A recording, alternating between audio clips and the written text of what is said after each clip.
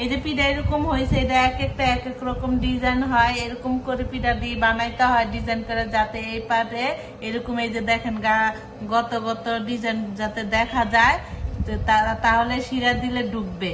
এখন চলেন আমরা বাঁচতে যাই। এই যে এইভাবে গুড়ায় গুড়ায় এইভাবে ডায়মন্ডের মতন বানাইতে হবে। এই যে দেখেন কি সুন্দর ডায়মন্ড হয়ে গেছে।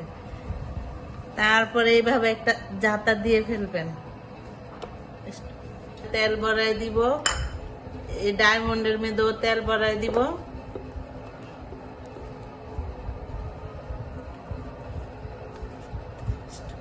এরকম করে দাগ দিয়ে দিচ্ছি। এটি পাকন পিঠা, ডাউল দিয়ে গুলানো, সেই জন্য এগুলা ফুল পিঠার মতন ডিজাইন হয় না, এগুলা ডিজাইন এইভাবে করতে হয়।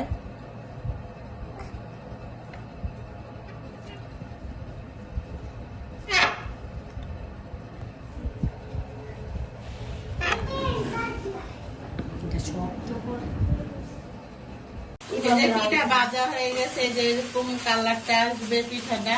এখন আমি পিঠাটা নামাই শিরার মধ্যে দিব।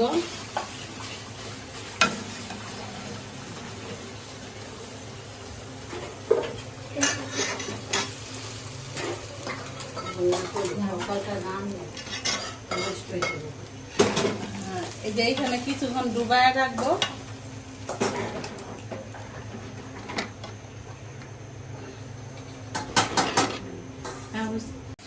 এই যে পিঠা এই কালার আসছে,